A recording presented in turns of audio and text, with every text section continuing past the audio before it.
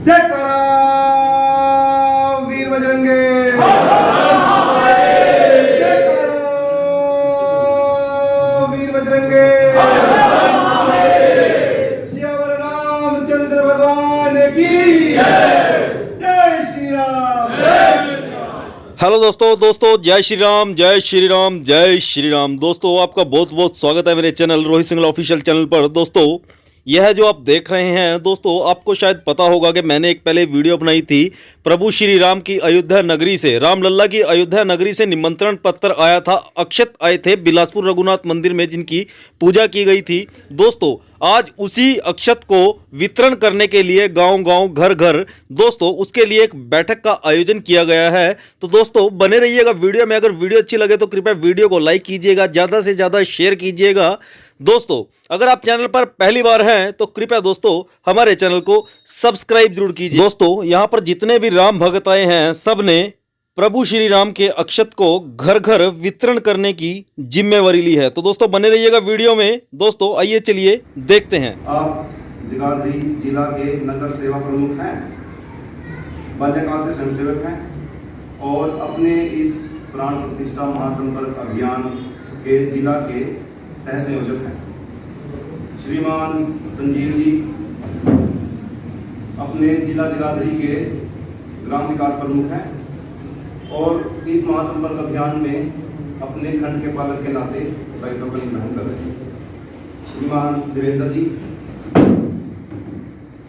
आप विश्व हिंदू परिषद के प्रखंड बिलासपुर के संयोजक हैं और इस अभियान के भी आप संयोजक हैं।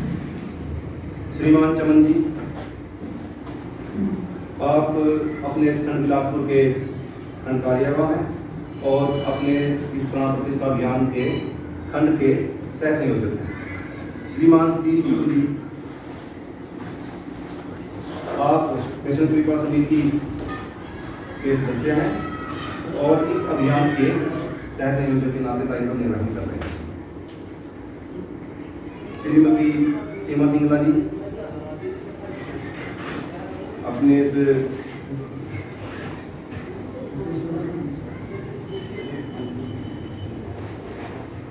इस अभियान के आप भी सह संयोजक हैं। श्रीमान मुकेश जी आप समाज सेवी हैं और अपने इस महासंपर्क अभियान के सह संयोजक हैं। अभी आप सभी इस महासंपर्क अभियान के नाते आज इस बैठक में आए हैं, आपका बहुत बहुत आभार। और हमसे बातचीत करने के लिए श्रीमान लक्ष्य जी हमारे बीच में हैं। श्रीमान लक्ष्य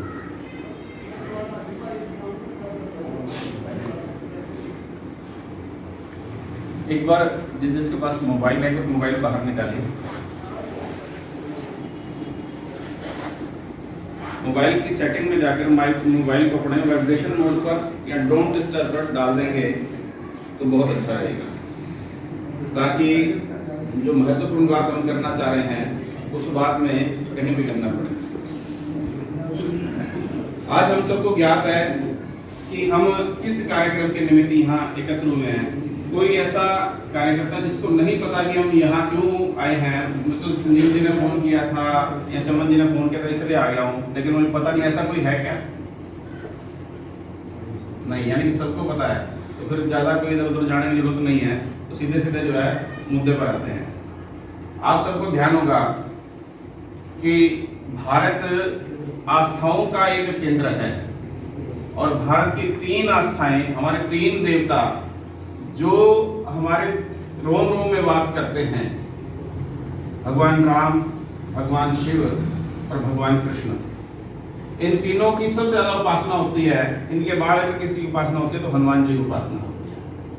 आजकल खाटू श्याम जी की उपासना खूब जोर शोर से शुरू हुई है, लेकिन ये तीनों देवता जो है वो निरंतर कोई सा युग रहा हो उनकी इन तीनों देवताओं की उपासना करते हैं। लेकिन दुर्भाग्य ऐसा इन तीन देवताओं की ही जो कर्म स्थली है उसके ऊपर मुगलों के समय जो है, मुगल जो है भारत के मूलवासी नहीं है, अफगानिस्तान से आए और भारत की सभ्यता को नष्ट करने के लिए उन्होंने कहा कि क्या करें, तो जो आस्था के तीन केंद्र हैं तीनों को उन्होंने नष्ट करने का प्रयास किया। काशी विश्वनाथ अभी पीछे हमने देखा होगा कि उसका कॉरिडोर बना है, बड़ा सुंदर उसका कार्यक्रम भी हुआ, लेकिन उसके अभी भी एक भाग के ऊपर मस्जिद है। मथुरा का अभी कल परसों हमने जो है चर्चा सुनोगी, जो भगवान कृष्ण की जन्मभूमि है। अभी कल परसों जो है सुप्रीम कोर्ट ने जो है उसके सर्वे के ऑर्डर दिए हैं कि ASI उसका जो है सर्वे करे। और तीसरा अयोध्या जी का आप सबने खूब पुराना इतिहास सुना होगा। सन 1526 में बाबर ने भारत पर आक्रमण किया, लेकिन बाबर जो है पंजाब से आगे नहीं बढ़ पाया। उसका एक सेनापति वीर बांकी वो अयोध्या जी पहुंचता है। और अयोध्या जी पहुंचकर उसने कहा कि अयोध्या जी का जो भारत का जो आस्था का केंद्र है, उस समय आस्था का केंद्र भगवान राम का, क्योंकि तुलसीदास और अन्य सभी कवि जो ये भक्ति काल के कवि हैं उसी समय हुए। तो उस समय जो केंद्र था आस्था का वो अयोध्या जी था, और उसने अयोध्या जी के उस केंद्र को नष्ट करने के लिए भगवान राम के उस मंदिर को अपनी पूरे लाव लश्कर लेकर जो है वो गिरा दिया। और उसी के मलबे से, जो मंदिर का मलबा था उसी के मलबे से एक ढांचा बना दिया और उसको नाम दिया बाबरी मस्जिद। उस दिन मामला खत्म नहीं हो गया। 1526 में ही पहला संघर्ष हुआ, और उस संघर्ष में हजारों लोग जो नागा साधु थे, नागा साधुओं का पहला वो आक्रमण था, वो नागा साधु हजारों की संख्या में मरे। और उसके बाद लगातार 1992 तक संघर्ष होते रहे। इस संघर्ष में अगर हम एक मोटी मोटी सी कल्पना करें तो हमको एक ध्यान आएगा कि कितने लोग इस राम जन्मभूमि मंदिर की मुक्ति के लिए शहीद हो गए। 76 लाख लोगों ने राम जन्मभूमि की मुक्ति के लिए बलिदान दिया। 76 लाख। किसी देश की तो इतनी जनसंख्या भी नहीं है। 76 लाख लोग, और कितने साल? 498 साल। 498 साल का संघर्ष। मेरे ख्याल इससे लंबा संघर्ष या तो इजराइल का ही हम नाम सुनते हैं, इजराइल में 2000 वर्ष का संघर्ष हुआ, लेकिन वो एक देश के लिए हुआ। एक मंदिर के लिए इतना लंबा संघर्ष। आप सनातन की जड़ें देखिए कि हम कभी भूले नहीं कि वो हमारे पिता का घर है, और उस घर पर जो है एक आतताई ने आकर जबरदस्ती कब्जा कर लिया। 498 साल उसका संघर्ष चला, और 498 साल के बाद जो है वो संघर्ष समाप्त हुआ। विश्व हिंदू परिषद के पास ये आंदोलन 1985 में आया। 1985 में आंदोलन आने के बाद कितने साल लगे? 85 में आंदोलन आया, 92 में ढांचा गिर गया। कितने साल लगे? 7 साल के अंदर वो ढांचा गिर गया। लेकिन इसमें कहें कि विश्व हिंदू परिषद की ये सोची समझी योजना थी तो नहीं थी। कुछ लोग आश्चर्यचकित हो रहे होंगे जब मैंने ये बात कही कि ये सोची समझी योजना नहीं थी। 1985 में जो है आप सबको ध्यान होगा, जो पुराने लोग हैं, राम ज्योति रथ यात्रा के नाम से ज्योति आई थी। फिर उसके बाद 1985 में गंगा जल यात्रा आई थी, 86 में काकुदा यात्रा आई, 87 में राम ज्योति रथ यात्रा आई, 88 में जो जाकर जो है उस समय राजीव गांधी की सरकार थी, और उसके तब हाई कोर्ट के आदेश से उस मंदिर का ताला खोला गया था। 99 के अंदर सन 89 में उस मंदिर की जो राम चबूतरा है उसका शिलान्यास किया गया था कमलेश्वर चौपाल जी के द्वारा। 90 का हम सबको ध्यान है कि 90 के अंदर उत्तर प्रदेश में मुलायम सिंह की सरकार थी, और उस समय विश्व हिंदू परिषद ने कार सेवकों को आह्वान किया कि आइए भगवान राम के इस पुण्य भूमि पर हम कार सेवा करेंगे। और मुलायम सिंह ने कहा कि अयोध्या के अंदर एक पक्षी भी पर नहीं मार पाएगा। लेकिन सरकार के सारे इंतजामों को धत्ता बताते हुए लाखों की संख्या में कार सेवक वहां पहुंचे, और 2 अक्टूबर को कार सेवकों पर जो गोली चार्ज हुआ, वो जिन्होंने देखा है, मैं भी खुद वहां प्रत्यक्ष मौजूद था, जिन्होंने देखा है उनके लिए वाकई में विडंबना थी। सरकारी आंकड़ा है 4000 लोगों का, लेकिन 10,000 से ऊपर लोग उस कार सेवा में मरे। मेरे आगे जो आदमी था उसको गोली लगी, मैं उसको उठाने के लिए नीचे झुका, मेरे पीछे वाले को गोली लगी। सौभाग्य है से कि मैं बच गया, लेकिन कितने लोग बलिदान हुए, उस बलिदान के फलस्वरूप आज हम ये दिन देख रहे हैं। फिर उसके बाद 92 का दौर आया, विश्व हिंदू परिषद ने एक बार फिर आह्वान किया और कार सेवकों को बुलाया। 92 की कार सेवा हुई, लेकिन देश के प्रधानमंत्री और राष्ट्रपति के निर्णय विनय पर मंच से अपने जो समय प्रमुख नेता थे, साध्वी रीतम्बरा जी, उमा भारती जी, डॉक्टर मुरली मनोहर जोशी जी, अशोक जी सिंघल ये मंच पर थे और इन्होंने कहा, घोषणा की कि सरकार ने जो है मना किया है, इसलिए आज हम सांकेतिक कार सेवा करके 6 दिसंबर के दिन यहाँ से जाएंगे। हम जहां भी खड़े हैं अपने वहां से एक मुट्ठी रेत उठाएंगे, उसी स्थान पर डालेंगे और ये सोचेंगे कि कार सेवा हो गई और हम अपने अपने स्थान को वापस जाएंगे। लेकिन राम जी को ये मंजूर नहीं था।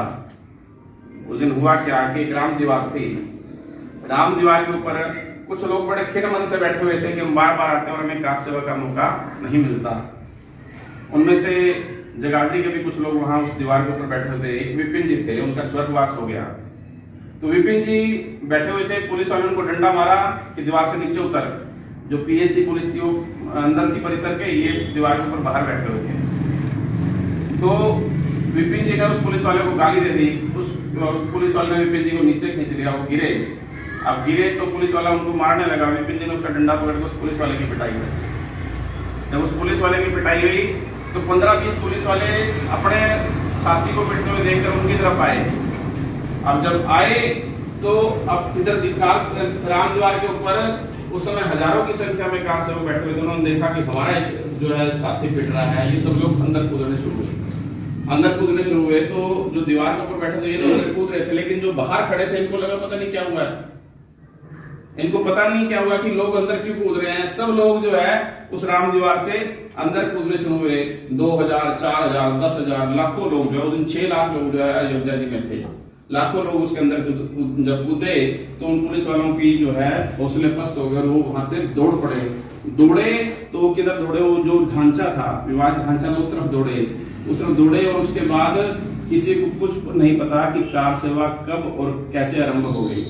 जिसके हाथ में जो लगा, किसी के पास कोई हथौड़ा नहीं था, किसी के पास कोई कसी नहीं थी, किसी के पास कोई सब्बल नहीं थी और हाथों ही हाथों से दोपहर 11:30 बजे पहला गुंबद जो है वो गिरा दिया गया।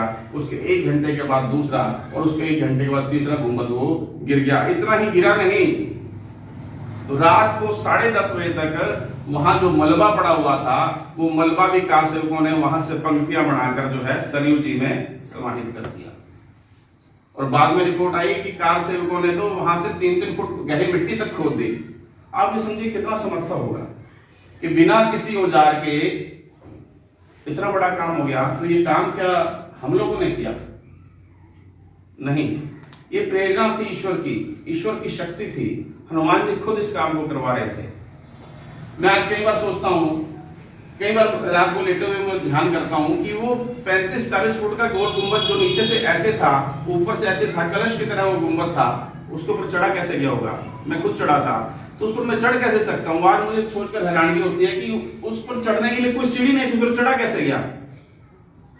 तो फिर जो है हनुमान जी को प्रणाम करना पड़ता है कि हनुमान जी आपकी प्रेरणा से, आपकी शक्ति से ये सब काम हो गया। वो ढांचा गिरा, गिरने के बाद कोर्ट में के अंदर केस गया। तो कोर्ट ने ASI को, आर्कियोलॉजिकल सर्वे ऑफ इंडिया को वो केस सौंपा कि आप साक्ष्यों की तलाश कीजिए। साक्ष्यों की तलाश की तो उस स्थान के नीचे जहां वो ढांचा था, एक इंच पर मंदिर के पुख्ता प्रमाण मिले।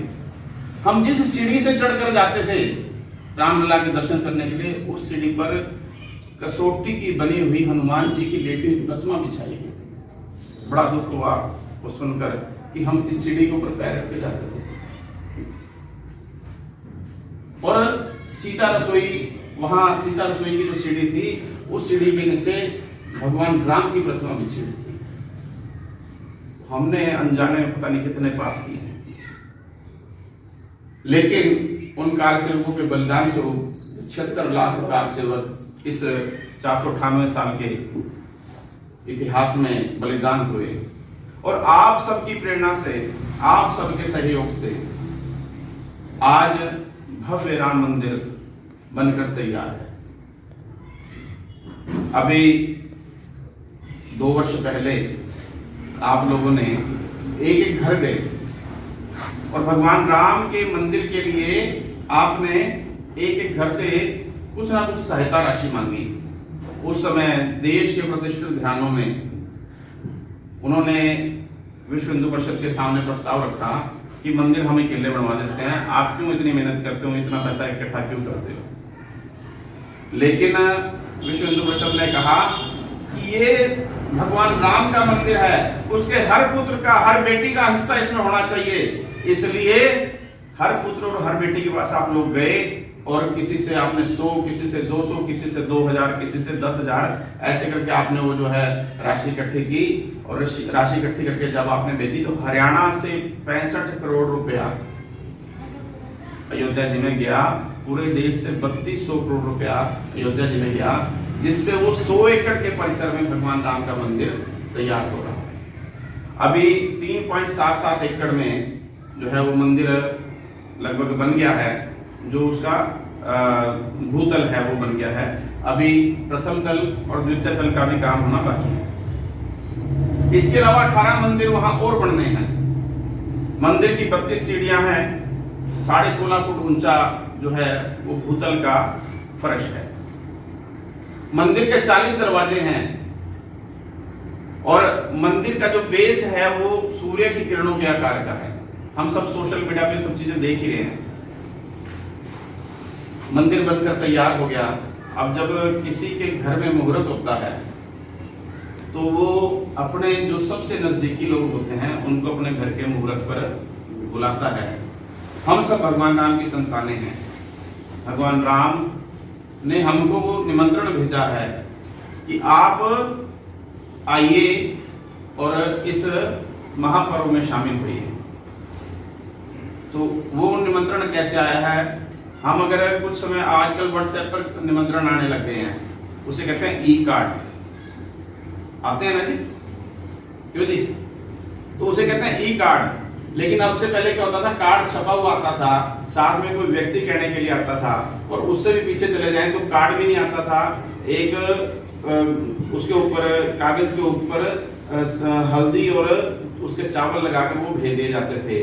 और उससे पीछे रहे भगवान शंकर की जब शादी हुई तो हिमाचल जी के घर से पुरोहित और नाई वो कुछ चावल लेकर गए थे भगवान शंकर को देने के लिए कि शादी है और आपने जो है वो आना है। तो पीले चावल की ही जो उदाहरणा है, पुरानी उदाहरणा, वो पीले चावल अयोध्या जी से हमारे पास आ गए हैं। और यहाँ श्री रघुनाथ मंदिर में वो अक्षत जो है वो रखे हैं। अब अक्षत रखे हैं तो क्या वहीं रखे रहेंगे? वहां नहीं रखे रहेंगे अक्षत। अक्षत एक एक घर में जाने, और उस घर में लेकर कौन जाएगा? उस घर में आप सब लोग लेकर जाओगे। आप टोलियां बनाएंगे, इसके छोटे छोटे हिस्से करेंगे। जैसे अभी आज सुबह मैं जगाधरी की बैठक में था, तो जगाधरी में जो है वहां उन्होंने जगाधरी के 14 हिस्से किए हैं। जगाधरी को 14 बस्तियों में बांटा है। 14 बस्तियों में फिर हर बस्ती का बस्ती प्रमुख बनाया है। उस बस्ती प्रमुख के साथ 3-3, 4-4 सह संयोजक बनाए हैं। और केंद्र की तरफ से ऐसे कहा गया कि हर घर में जो है वो अक्षर जाने चाहिए, वो जाएंगे ही हर घर में उस दिन जो है। क्योंकि राम जी 14 वर्ष के बाद जब अयोध्या जी आए थे तो उस दिन दीपक जलाकर जो है अयोध्या जी में दिवाली मनाई गई थी, ये कहा गया। तो 500 साल के बाद राम जी अपने घर में आ रहे हैं 498 वर्ष के बाद, तो कैसी दिवाली होनी चाहिए? 14 साल के बाद दीपक जलाकर मनाए, तो अब 498 साल के बाद आ रहे हैं, तो कैसी दिवाली होनी चाहिए? एक भव्य दिवाली होनी चाहिए। तो जगाधरी की बैठक में आज सुबह जब मैंने ये प्रस्ताव रखा तो उन्होंने कहा कि हम दिवाली तो मनाएंगे। तो उन्होंने कहा कि हम तो सारा दिन उस दिन जो है इसी काम में लगने वाले हैं। सुबह 9 बजे जगाधरी के लगभग हर मंदिर के अंदर उस दिन सुंदरकांड का पाठ शुरू होगा। 11 बजे उसका भोग डलेगा। 11 से 1 तक बड़ी स्क्रीन लगाकर उसका लाइव टेलीकास्ट देखेंगे, सब सामूहिक देखेंगे मंदिरों को केंद्र बनाकर। और उसके बाद 1 बजे उन्होंने कहा कि केंद्र ने तो कहा है कि उस दिन दिवाली मनानी है, हम उस दिन 1 बजे होली खेलेंगे। दिन को होली खेलेंगे, रात को दिवाली मनाएंगे। एक दिन के केंद्र ने एक त्योहार की उम्मीद की थी, लेकिन जगाधरी शहर 2 त्योहार मना रहा है, दिन में होली, रात को दिवाली। फिर उस दिन किसी के घर जो है जगाधरी में भोजन नहीं बनेगा। अभी एक बस्ती की जो योजना है, कल्याण नगर की योजना है, वो बता रहा हूँ कि उन्होंने कहा कि कल्याण नगर के किसी घर में उस दिन भोजन नहीं बनेगा, सब लोग भंडारे में भोजन करेंगे। 1 बजे माताएं बहनें घर जाकर अगर भोजन बनाएंगी तो ये उनके ऊपर अत्याचार होगा, इसलिए वही भंडारे की व्यवस्था है कि वहां बना के वहां आके आपने खाना है और अपने घर का भी लेके जाना है। फिर और बात हुई कि दिवाली के ऊपर जो घरों में दिए जलाए जाते हैं और 5-7 दिन पहले घर में जो है वो प्रकाश उत्सव शुरू हो जाता है, तो जगाधरी ने तय किया कि हमारे यहाँ 14 जनवरी से प्रकाश उत्सव शुरू हो जाएगा। 14 जनवरी को जो प्रमुख लोग जैसे आप जैसे जो लोग बैठे हैं, इनके घर में उस दिन लड़ियां जल जाएंगी। तो उसके 14 जनवरी को आपके घर में जलेंगी, तो 15 जनवरी को पड़ोसी के घर में जलेंगी। वो आपसे पूछेगा लड़ियां किस खुशी में लगाई हैं, बेटे की शादी है क्या? तो फिर आपको नहीं, बेटे की शादी नहीं है, बाप अपने घर में जा रहा है। भगवान राम हमारे पिता है, वो अपने घर आ रहे हैं, हमारा जो पिता है वो अपने घर आ रहा है, इसलिए मैं खुशियां मना रहा हूं। तो हम अपने घर में दिवाली से कम लाइट नहीं करने वाले। और फिर हम एक 30 रुपए अपने, अभी तक क्या है, अभी तक मैं निःशुल्क वाले काम बता रहा था। अक्षत आएंगे तो निःशुल्क, पैम्फलेट आएगा तो निःशुल्क, और रामचंद्र जी के जो मंदिर है उसका चित्र आएगा तो निःशुल्क। लेकिन एक काम हम अपने जो है शुल्क देकर करेंगे। ये अपने यहाँ जो खंड के कार्यवाही हैं उनसे मैं निवेदन करूंगा कि वो आसपास काफी दुकानों पर जो है भगवा ध्वज का इंतजाम करवाएंगे। 30 रुपए का भगवा ध्वज है। उस दिन बिलासपुर के हर घर पर मैं अपने पैसे से भगवा ध्वज खरीद के लगाऊंगा। हो सकता है इनमें से कौन लगा सकता है अपने घर में भगवा ध्वज? एक बार हाथ खड़ा करें। जो कहता है मैं नहीं लगा सकता वो हाथ खड़ा करे। सबके लगेगा। जब आपके लगेगा तो आप अपने प्रयास से, अगर इतने लोग बैठे हैं, 50 लोग बैठे हैं कम से कम, शायद ज्यादा ही बैठे होंगे, मैंने अपने प्रयास से 20-20 लोगों को उत्साहित किया कि भाई साहब आपने 30 रुपए देकर भगवा ध्वज लगाना है, तो क्या आपके प्रयास से 20 लोग भगवा ध्वज नहीं लगा सकते? तो जब बिलासपुर के 1000 घरों पर भगवा ध्वज लगेगा तो कैसा सुंदर दृश्य आएगा दृश्य। अगर उस समय ड्रोन से फोटो लेंगे, भाई सब ले सकते हैं ना ड्रोन से उस दिन फोटो? उस दिन ड्रोन से फोटो लेंगे तो सारे बिलासपुर के ऊपर जो है उस दिन भगवा लहरा रहा होगा। तो ये सब काम करते हुए हम 1 जनवरी से 14 जनवरी तक अक्षत वितरण का कार्यक्रम करेंगे। अब अक्षत वितरण मैंने आपको बताया कि पीले चावल है, वो जिस रूप में भी यहाँ के लोग बनाएंगे कि पुड़िया में देना है, पैकेट में देना है, जैसे भी देना है। अक्षत इनके पास आ गए हैं तो इन्होंने जैसा भी वितरण करना होगा उस हिसाब से वितरण करेंगे। अब वो अक्षत हमारे पास आ गए तो उस अक्षत का करना क्या है? सबको ये सोच रहे होंगे उस अक्षत का करना क्या है? ध्यान, सबको ध्यान है क्या करना है जी? क्या करना है? हाँ जी? नहीं, वो अक्षत घर पहुंच गए, घर पहुंचने के बाद क्या करना है? हम अपने घर के पूजा स्थान को उस अक्षत पर रखेंगे 2 दिन, 4 दिन, 5 दिन, जितनी हमारी आस्था हो। उसके बाद उस अक्षत के 2 हिस्से करने हैं। एक अक्षत के एक हिस्से को लाल रंग की पोटली में बांधना है, और हमारी जो गुल्लक है, जहां हम अपने घर का जो गल्ला है, क्योंकि इस अक्षत में सीता जी की सहभागिता है और सीता जी लक्ष्मी जी का रूप है। हमारे घर में लक्ष्मी दिन दुगनी रात चौगुनी जो है उन्नति करे, इसलिए अपना जो हमारा खजाने का स्थान है जहां हम पैसे रखते हैं, आधे अक्षत वहां रखने हैं। बाकी आधे अक्षत क्या करना है? हम अपने घर में किस दिन, एक दिन सोचेंगे कि आज अपने घर में हमने प्याज इस्तेमाल नहीं करना है, लहसुन इस्तेमाल नहीं करना है। उस दिन उन अक्षतों को अपने घर के चावलों के बीच में मिलाकर हम उस दिन भोजन बनाएंगे, और बड़े प्यार से सारा परिवार इकट्ठा बैठकर उस भोजन को करेगा। तो भगवान राम का आशीर्वाद हम सब पर सदैव बना रहेगा। इस प्रकार केंद्र जो भी योजना बनाता है तो बड़ी सोच समझ के बनाता है कि आप इस हम लोगों का क्या फायदा होना चाहिए। इतनी बड़ी जनशक्ति अयोध्या से अक्षर चले, अयोध्या से जो है वो प्रांत में आए, प्रांत से जिले में आए, जिले से खंड में आए, खंड से एक घर में जाएंगे। इतना कितना जोर लगने वाला है सारे काम में, पहले भी जोर लग रहा है और जोर लगने वाला है। वो किसके लिए? वो मेरे लाभ के लिए, मेरे व्यक्तिगत, हर व्यक्ति के व्यक्तिगत लाभ के लिए जोर लगने वाला है कि हम अपने घर में जो है सुख शांति समृद्धि बनी रहे, इसलिए अपने खजाने में हम जो है वो अक्षत रखेंगे। मेरे घर में जो है सब तरह की नकारात्मक बाधाएं दूर हों, इसलिए अपने भोजन को उस दिन प्रसाद बनाकर उस अक्षत को जो है हम ग्रहण करेंगे। और हम सब जो है हनुमान जी का रूप है। इस कार्यक्रम में हम सब हनुमान जी का रूप हैं। और हनुमान जी का रूप, हनुमान जी तब तक सोए रहते हैं जब तक उनको कोई जगाता नहीं। तो आपको आकर जो है जो लोग आए थे उन्होंने आपको जगाया, आपने अक्षत पूजन का कार्यक्रम किया।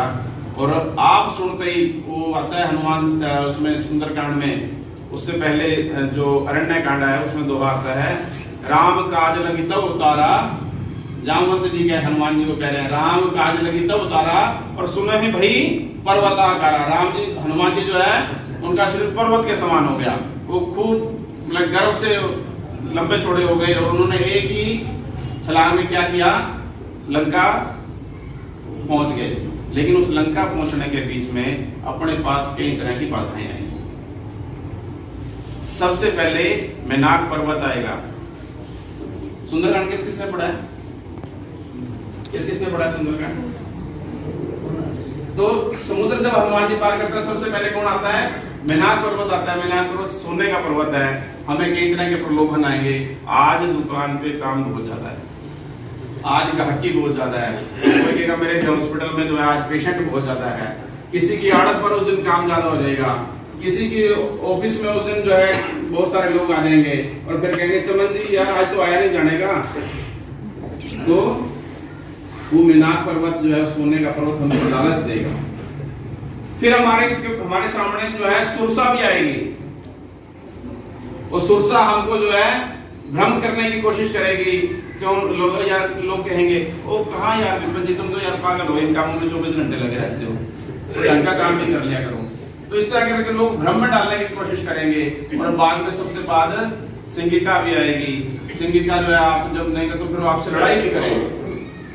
लेकिन हमने लड़ाई नहीं करनी, हमने उस मोह जाल में नहीं फंसना, हमने भ्रम में नहीं फंसना। इन सब से निकलते हुए किसी के साथ हमने संघर्ष भी नहीं करना।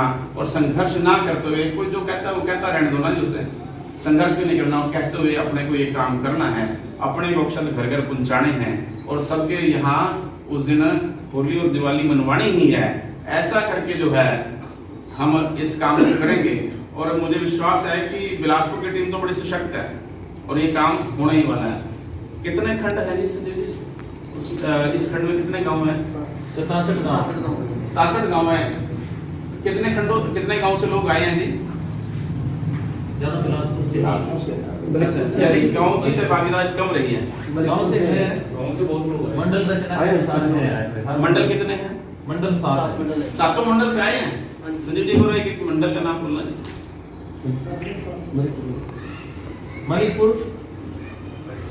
मणिपुर से आए हैं। ठीक है। संखेड़ा चंदौली मंडल आए हैं। ठीक है। एक और है अजीतपुर मंडल आए हैं। और गोपाल मोचन मंडल कोटड़ा आए हैं। हैवतपुर मंडल आए हैं। हाँ, बिलासपुर मंडल तो बैठे ही अपना। बिलासपुर में 13 गांव है पापड़ी तक के, तो बिलासपुर में बहुत बड़ी। तो बिलासपुर मंडल से हैं। बिलासपुर में कितने घर होंगे जी? एक मोटा सा अंदाजा। बिलासपुर में 10,000 वोट है तो 4,000 घर होंगे। बिलासपुर 3,000 घर होंगे। और सारे खंड के अंदर कितने घर होंगे?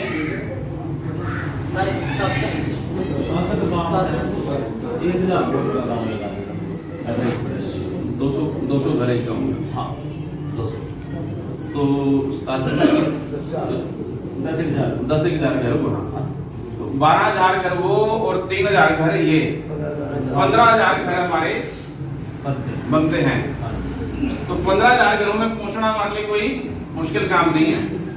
तो हम जल्दी से जल्दी आज थोड़ी सी अगर आप योजना बनाएंगे तो हम जल्दी से जल्दी इन घरों में पहुंच सकेंगे और इस काम को कर सकेंगे।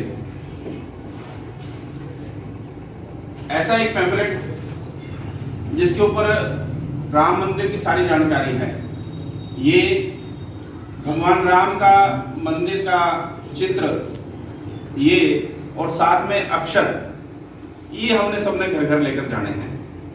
और ये सब करते हुए हमें किसी भी विवाद में नहीं पड़ना है। एक बड़ा विनम्र निवेदन आपसे कर रहा हूं, किसी भी विवाद में नहीं पड़ना है। लोग हमें विवाद में डालने की कोशिश करेंगे और लोग तैयार बैठे हैं विवाद में डालने के लिए। हमने जहां विवाद में डाला तो विवाद में उलझ जाएंगे, हम काम नहीं कर पाएंगे। जो लड़े हाथ जोड़कर उसको जो है, ठीक है भाई तू ठीक है हम गलत हैं, हम आगे बढ़ेंगे। लेकिन इस काम को अपने को जल्दी से जल्दी संपन्न करना है।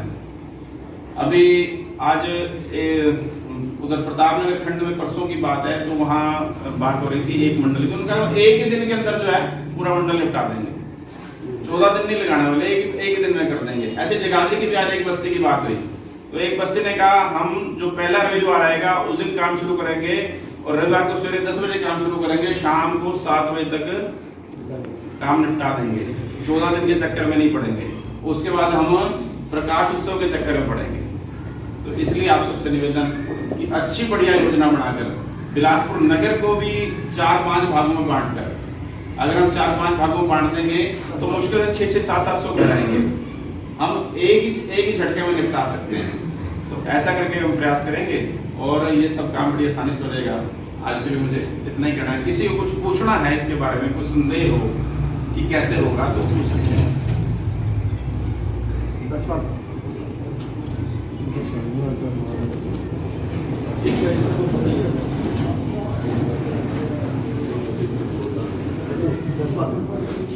इस सारे काम में हम लोगों को लगता होगा कि खूब सारा प्रचार भी करना चाहिए।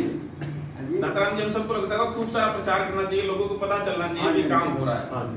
तो उसके लिए हमने जो सोचा है कि खूब बड़ी मात्रा में फ्लैक्स वो गांव और शहर में जो है वो लगने चाहिए, बिलासपुर शहर में भी और जो हमारे 67 गांव हैं उनमें भी। तो अभी हमने एक फ्लैक्स वाले से भी रेट पूछा है, तो 6x4 का फ्लैक्स वो उसका रेट उसने बताया है 600 रुपए, और 8x6 का जो फ्लैक्स है उसका रेट होता है 900 रुपए फ्रेम्स में। 8x6 15 फुट है, 14-15 फुट का पड़ना है फ्रेम्स में। ये लगाए 20-15 फुट का। तो विपिन जी से बात कर लेना, कह रहे 14-15 फुट में यही बढ़ जाएगा। 15 फुट को आएगा आप लगा खर्च करें, आप वही बना देंगे। तो आप चलिए 14-15 रुपए कह रहे हैं, हम एक और 20 रुपए फुट मान के चले। नहीं हाँ जी आपने बनना है। चलिए, तो अगर 14-15 फुट है तो हम ये सोचेंगे लगभग 400 रुपए का 6x4 पड़ेगा और 600 रुपए का जो है वो बड़ा फ्लैक्स पड़ेगा। तो ऐसा किसी को लगता है कि मेरी तरफ से 2 फ्लैक्स 3 फ्लैक्स 4 फ्लैक्स जो है वो लगने चाहिए, तो वो भी जो है संजीव जी को अभी नाम लिखवा सकते हैं। विपिन जी कितने फ्लैक्स लिखने हैं आपके? 8x6 के 8x6 के 5 फ्लैक्स विपिन जी के। सारे किधर लगवाओगे बड़ी लगवाओगे। चलो 6-4 के लगाओ, 5 फ्लैक्स है। और जी दाताराम जी 5 जी 5 दाताराम जी के लगाओ। इस फ्लैक्स में ऊपर ऐसे मंदिर का, यही ऊपर मंदिर का चित्र है, नीचे निवेदक विश्व हिंदू परिषद है, उसके नीचे सौजन्य से लिखा रहेगा। सौजन्य से जिस व्यक्ति ने फ्लैक्स लगवाया है उसका नाम और फोटो भी हो सकती है, मोबाइल नंबर भी हो सकता है। हाँ जी 5 फ्लैक्स श्री राम सेना, 5 फ्लैक्स लिखो जी। क्या नाम है जी? श्री राम सेना। श्री राम सेना। नाम नंबर दे दीजिए। हाँ वो बाद में ले लेंगे। और किसी का जी? 5 अली मलिक के नाम से, अनिल मलिक जी के नाम से 5 फ्लैक्स टीवीएस के जी। हाँ जी और जी 2 किस नाम से? योगेश भाई की रखता योगेश मंदिर रखता जी 2 फ्लैक्स, 2 फ्लैक्स पीछे। हाँ जी, अशोक कुमार जी, 2 पंजाबी सभा 2 पंजाबी सभा के जी, मुकेश बंसल जी के 4, पंजाबी सभा 2 जी, मुकेश बंसल जी 4, श्री राम सेना के 10 कर दो जी। श्री राम सेना के 10 कर दो। ये साइकिल का 8 4 छह चार। क्या नाम है जी? प्रवीण जी, मंगला प्रवीण मंगला जी, कितने 5। कितने जी? अनाज मंडी बिलासपुर अनाज मंडी बिलासपुर। एसोसिएशन की तरफ से, एसोसिएशन की तरफ से बड़े लगने चाहिए बिलासपुर में, मतलब बड़े लगने चाहिए। इनके 8 6 के लिए 5 फ्लैक्स। हाँ जी, 12 बाई 25 वाले 5 फ्लैक्स। ब्राह्मण सभा के 5।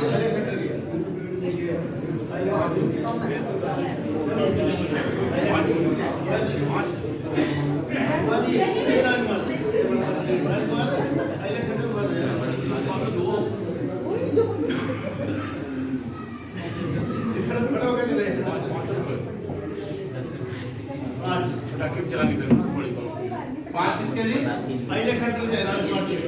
राजकुमार जी के 5 जी, आईलेट सेंटर।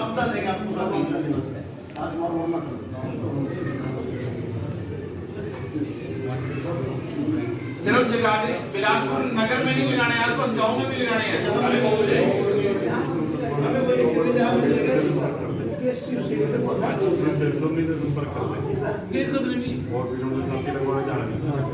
इसके बाद भी चलिए ये काम हो गया। इसके बाद भी अगर कोई फ्लैक्स लगवाना चाहते हैं तो बाद में संजीव जी को जो है नाम हम कैसा कर सकते हैं कि प्रभात फेरी निकाल सकते हैं बिलासपुर के अंदर।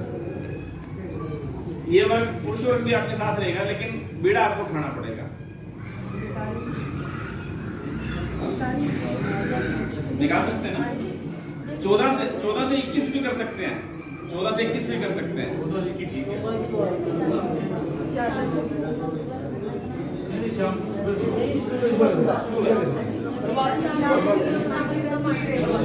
प्रभात फेरी निकालना और प्रभात फेरी निकाल के जहां प्रभात फेरी समाप्त करेंगे वहां बताना कि अपने हमें 22 जनवरी को करना क्या। नहीं, अक्षर प्रभात फेरी में नहीं बांटना, अक्षर तो घर घर जाकर ही जाने हैं। प्रभात फेरी एक स्थान से चलाना, दूसरे स्थान तक जाते हुए कीर्तन करते हुए जाना, श्री राम जय राम जय का जाप करते हुए जाना, और जहां समाप्त करेंगे वहां जाकर इसके बारे में बताना। ऐसे करके पूरे बिलास में अलग अलग दिन जो है वो प्रभात फेरी हो सकती है।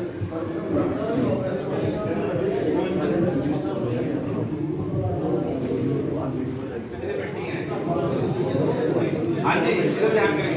मातृशक्ति की 6 बहनें बैठी हैं और इधर कम से कम 60 लोग बैठे हैं।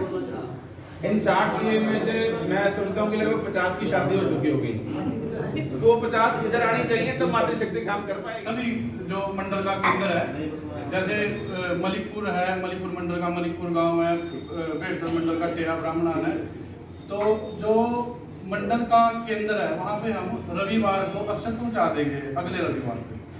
और बिलासपुर का जो है अपना रघुनाथ मंदिर से ही लेना है 1 से 14 तारीख तक, और वहीं पे ही वापस जो बचता है वहीं पे ही आके उसको स्थापित करना है। तो ऐसी आगे योजना रचना हम मान के चलेंगे। मंडलों में स्थान आपने पहले से बताना है कि इस स्थान पर जो है अक्षत लेकर आना है। उस स्थान पर आप अच्छी मात्रा में 200, 250, 300 लोग जो उस दिन रहिए, उसका स्वागत कीजिए और अक्षत उस मंदिर में जहाँ स्थापित करवाना चाहते हैं वहाँ स्थापित करवाइए। बिलासपुर नगर के लिए 10 टोली हमें कम से कम बनानी पड़ेगी।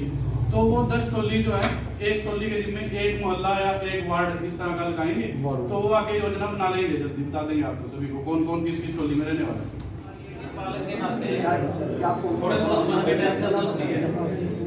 तो जैसा कि बिलासपुर के बारे में कोई मन में चिंता नहीं है, क्योंकि बिलासपुर में हमने पहले जब धन एकत्रित किया था तब भी बहुत अच्छा काम रहा था।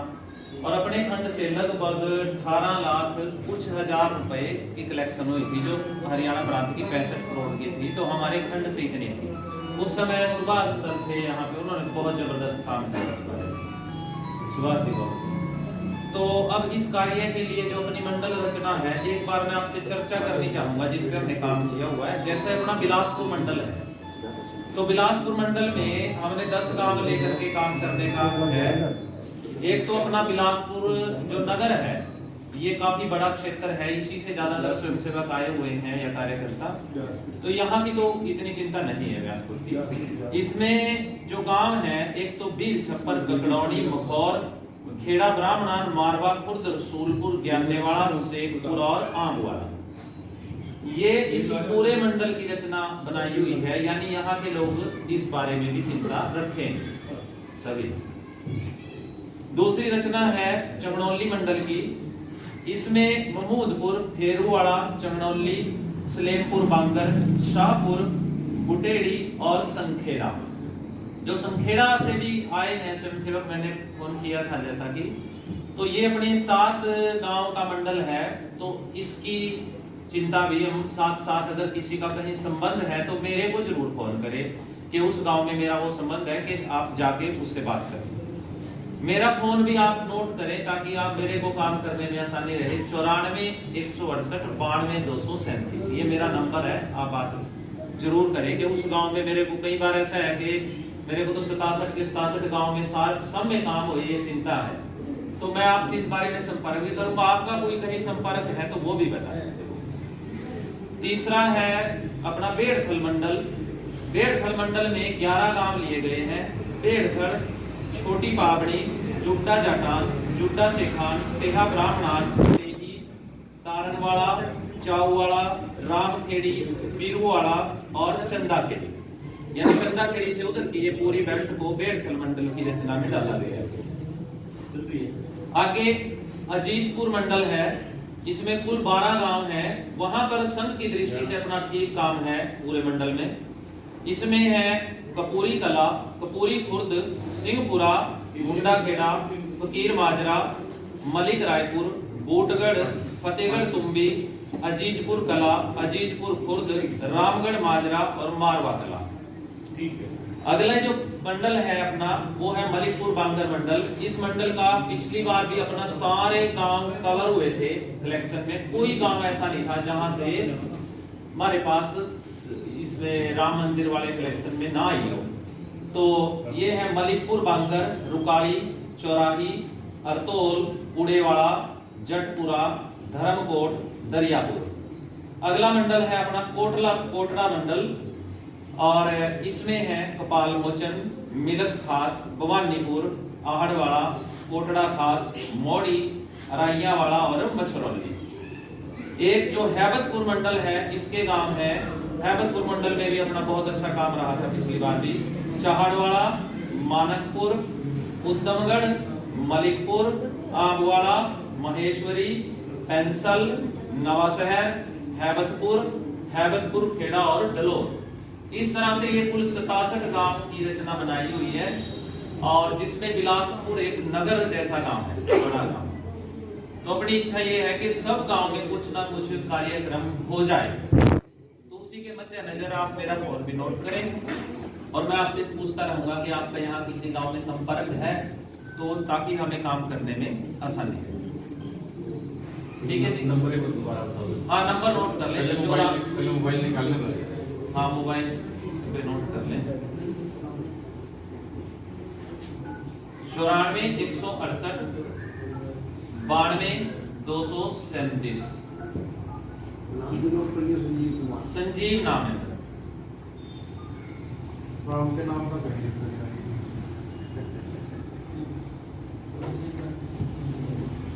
संजीव शर्मा जी, कटड़ोनी। और कार्यक्रम में अगर आप चाहें तो जैसे 22 जनवरी का कार्यक्रम है, ये मेरी व्यक्तिगत इच्छा है कि कहीं मंदिर में या जहां पर भी गुरुद्वारा है, जहां पर भी कार्यक्रम करे तो एक पेड़ अवश्य लगाए उस दिन का, ताकि चाहे किसी भी का भी पेड़ हो, वो पीपल का, बरोटे का, आंवले का, कुछ भी, अगर जैसे हम फ्लैक्स लगा रहे हैं या कुछ है, तो एक पेड़ अगर कहीं मंदिर में किसी परिसर में लगाएंगे तो वो हमें पूरे जीवन याद भी रहेगा कि आज के दिन अयोध्या की मूर्ति स्थापना पे हमने ये कार्यक्रम किया था। क्योंकि जैसे ही अक्षत वितरण कार्यक्रम खत्म होगा फिर कार्यक्रम तो चलते रहते हैं, कुछ एक याद मन में रहे, इसी के लिए आपसे सबसे निवेदन। ऐसा है संजीव जी, मेरे हमारा कहीं दिक्कत आवागी बिलासपुर मंडी को होता है। हाँ जी। उसकी ड्यूटी वहां लगाई थी। हाँ, आपके मन में कोई भी बात है आप बता सकते हैं कि ऐसे नहीं ऐसे इस गांव में ये करें।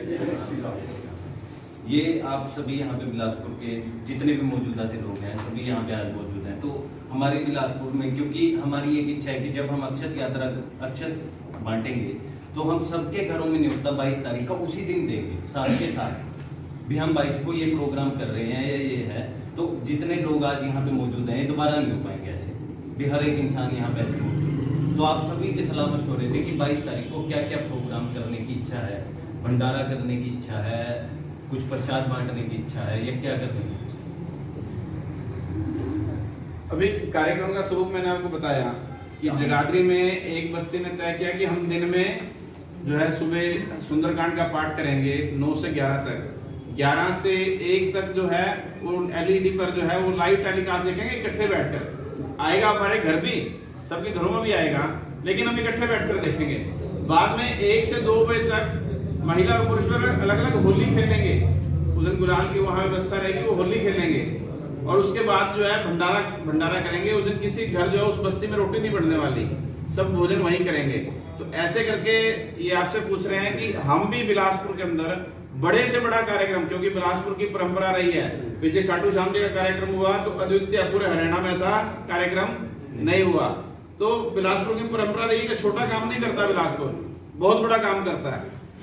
तो एक इस बार भी जो है एक बहुत बड़ा काम हो जाए, और करने को एक जगह भी कर सकते हैं और बिलासपुर को 10 या 12 भागों में बांटकर इतने ही बड़े बड़े कार्यक्रम कर सकते हैं।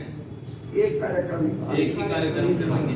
एक ऋषि वेद व्यास में यही हरिदेव वाली यही बजा यही रंग थे जो खुला ग्राउंड पड़ा है।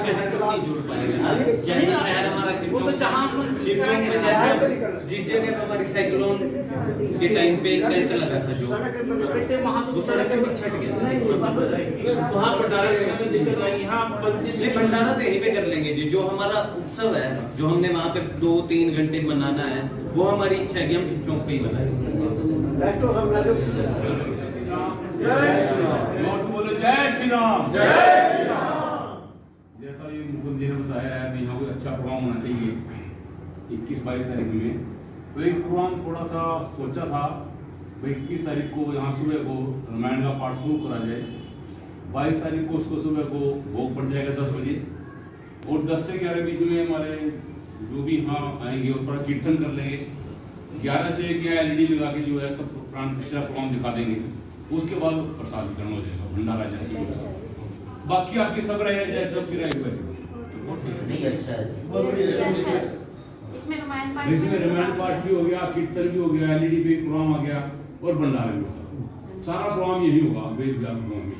सबकी भागीदारी होगा, सबकी भागीदारी सारे गाँव में।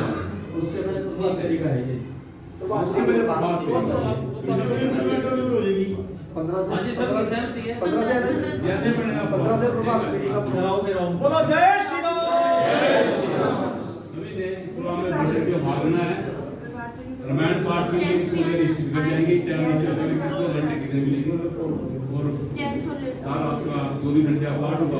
उसके बाद कीर्तन कर लेंगे 1 घंटे का, यहाँ पे सुंदरकांड भी उसी में आ जाएगा। या उसके बाद सुंदरकांड का पाठ करते हो और 11 से 1 में एलईडी हमने हमारे बेटे फौजी साहब एलईडी लगा देंगे आपके भाई साहब जी कल्याण मंत्र करना है बस। उसके बाद 1 बजे के बाद भंडारा यहाँ पे होगा, भंडारा कर देंगे जैसे सारा काम इसमें। जय श्री राम। एक बार संजीव जी का मोबाइल नंबर दोहरा देता हूँ, अगर किसी ने नोट नहीं किया तो कर लेंगे। 94 168 92 237। अगर कोई नोट करना चाहे तो कर सकता है। एक बार जयकारा लगाएंगे मेरे पीछे, उसके बाद कल्याण मंत्र करके चलते हैं। जयकारा वीर बजरंगे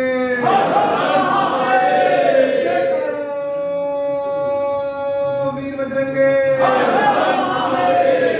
श्यावर रामचंद्र भगवान की जय श्री राम। सबको आता है। अरे पंक्ति आप पीछे पीछे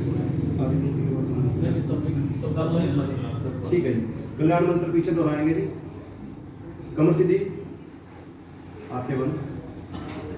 सर्वे भवन्तु सुखिनः, सर्वे भवन्तु सुखिनः, सर्वे सन्तु निरामयाः, सर्वे सन्तु निरामयाः, सर्वे भद्राणि पश्यन्तु, सर्वे भद्राणि पश्यन्तु, मा कश्चित् दुःखभाग् भवेत्, मा कश्चित् दुःखभाग् भवेत्। ओम शांति शांति शांति।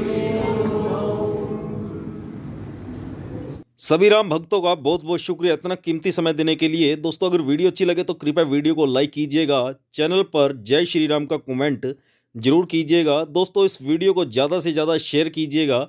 दोस्तों अगर आप इस चैनल पर पहली बार हैं तो कृपया दोस्तों हमारे चैनल को सब्सक्राइब जरूर कीजिएगा। धन्यवाद दोस्तों।